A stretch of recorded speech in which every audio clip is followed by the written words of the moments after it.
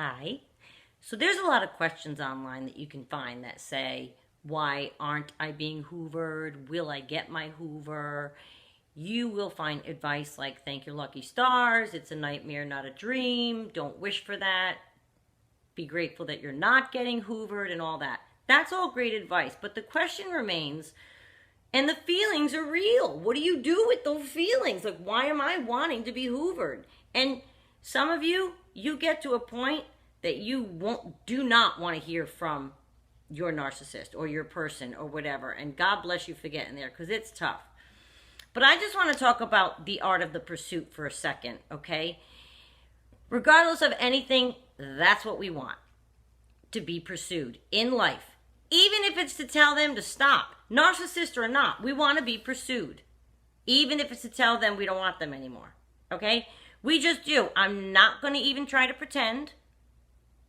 Never going to change. With all the evolution and education that we've received, and that evolution that education has brought us,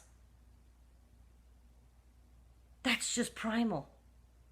It's just primal to want to be pursued. So I think that plays into it, yes? In other words, we want to be wanted, and the act of coming after you that has been in music and literature for thousands of years. The person coming after you. So, calculated or not, manipulation or not, we want it. We don't care.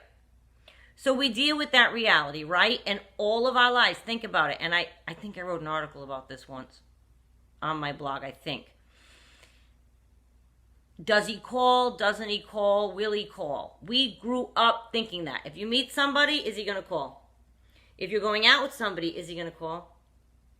If you get into a fight, is he going to call? When you break up, is he going to call? Is he going to call is a question that haunts us. It's pursuit. So I think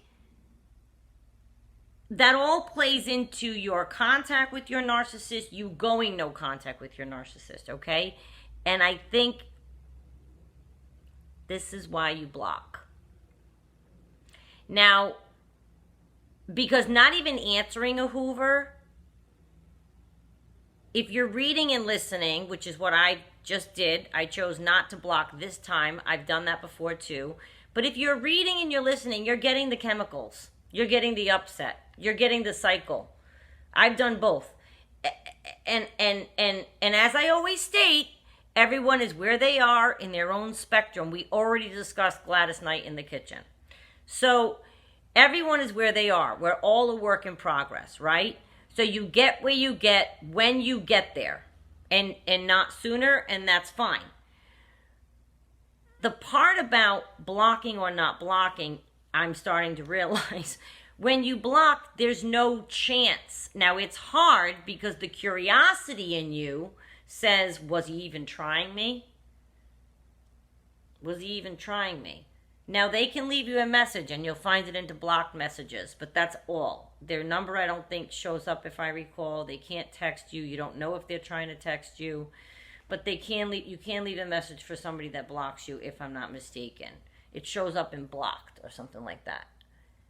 But the point is, you're not getting the rise and the fall of endorphins and cortisol, and you're trying to fight your way out of being sad that he didn't call again, because he called and said, I'll call you back when he got a beep, and then now here it is 4 hours later, and so you're in the cycle again. You're in the cycle again. And I think when you finally go no contact, the reason all the advice states go as far as you can go with it, which there's no reason you can't block someone. I can block, it's curiosity, it's holding on to hope, giving it one more shot. Who knows what it is? There's all kinds of reasons we do that, right? Or we not just might be just curious about how often they're going to try to reach us, because we want to be pursued. We want to know somebody's pursuing us. It's a natural instinct. So I don't want us beating ourselves up if that's what we're thinking about our narcissist, but try to separate it out. Wait, this is part natural instinct to feel this way. It might not even be connected to the narcissist. If you really look at it, you might be like, I really don't want him to call me, but I wish somebody would. Then go date. Go get a distraction. I advise to be alone, but if that's what you need. But I'm saying, I just don't think that it should be shuffed. That's a word I just made up, maybe? Huh, Minnie? I just don't think it should be sloughed off like it's nothing. The feelings are real. And you don't want to talk about it. You don't want to admit being somebody that wishes to be hoovered. And I'm not even saying that you wish to be hoovered, because I didn't wish to be hoover, but you can't help get some validation when they reach out to you, even though it's for all the unhealthy reasons we've already discussed. To get their supply, to start playing you again. You're another bench warmer. They reached out to 10 people also. We know all of that. So what? It's still, they reached out. It's a primal thing. So we have to look at it that way and separate it out and not get excited that they contacted us. Just realize it's like a hit to your ego. Somebody reached out for you. And then try to remember all the things I just listed. But this is why they probably say go no contact. Of course this is why. But you won't see it. You can't react. Of course. It's an extra step, because then you have to relinquish control of knowing whether or not they're trying to reach you. Unless they're industrious enough to know that they can leave you a voice message. I wanted to share it. I think it's powerful, and you need to look at that. And it's okay to feel that way. It's okay to feel that way. Please, you are validated. I'm validating that, because it's a tough spot. It's a natural instinct, and it's primal to want to be pursued. It's primal. That's how the species were all created. All right. Good luck.